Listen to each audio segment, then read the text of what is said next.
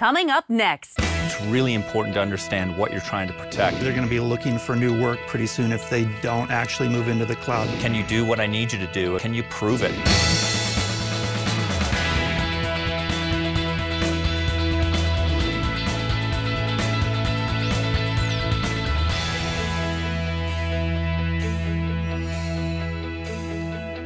After decades of running individual IT departments, IT leaders realize they need to move now to take advantage of the cloud. But some hesitate. They're worried about potential risks in security and privacy. Hello, I'm Christine Chen. Let's find out right now if the benefits outweigh the risks. Pete Bowden is the General Manager for Online Services, Security and Compliance at Microsoft. He is responsible for managing the security of Global Foundation infrastructure.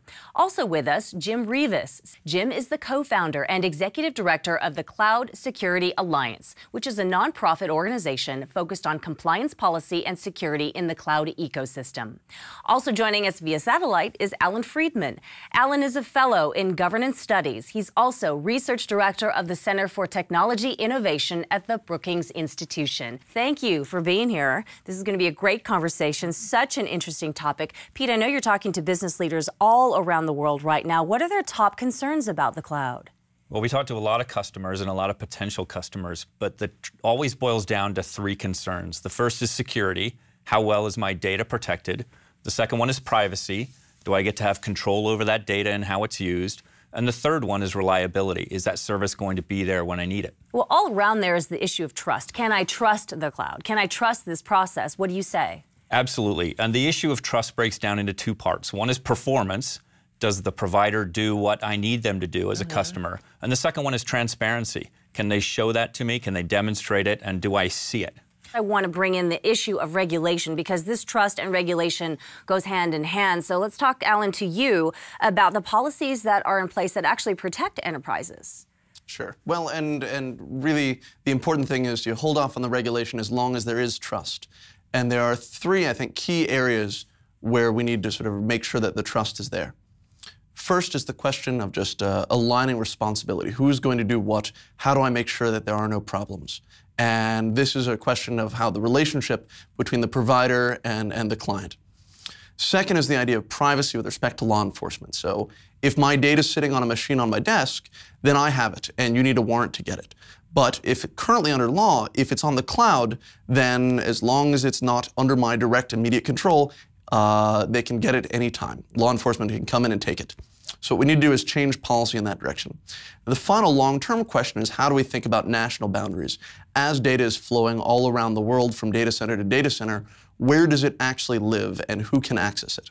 Does this become more of a challenge then for global enterprises as policy is different from country to country? It certainly does, although oddly enough, many of these large companies are already used to thinking about terms of jurisdiction and have many lawyers. The problem is going to be when you get to your small and medium-sized enterprises, as the data is flowing in the short term, and do we say, well, if the cloud is moving my data for backup across national boundaries, where does it actually live? And we need to resolve these questions at a national level and at an international level. What if businesses are trying to say, you know, let me just wait and see what happens with the cloud? What's your response to that? I would say that probably they're going to be looking for new work pretty soon if they don't actually move into the cloud, because the competitive threats are such and the innovation capabilities are there that a very small company can marshal the resources of a large cloud provider and they can compete with very large companies. So as with any new technology, there are risks and there's concerns, and so you just have to have a smart strategy. And if I could just make a comment on some of the policy issues that Alan was talking about. Please do. I think that from a global perspective, that's where we're having the real big issues. So we're actually leveraging the internet to optimize this utility of computing, and we're moving computing resources or consolidating them into these large data centers like Microsoft has. And that creates a big issue because if you are in Spain or you're in France and you want to be able to protect your citizens' information, you don't actually know which country that's in. And so that's creating a lot of the issues.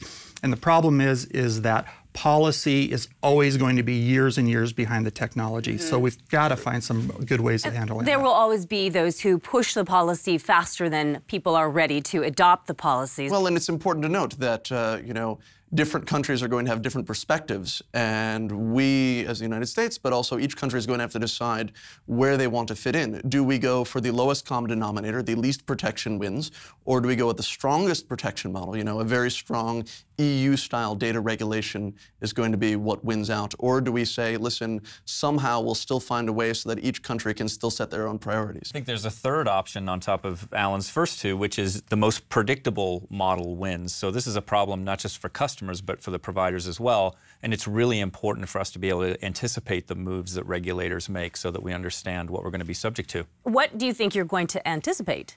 Well, I think the law is going to change. That's certainly, we know that to be the case. We will see areas of standardization across entities like the EU, but then there's a lot of unknowns out there. And the way it works for us is it's a big problem that we have to worry about as we locate facilities and locate networks and compute resources around the world. Thanks very much, Pete, Jim, and Alan. I'm Christine Chen.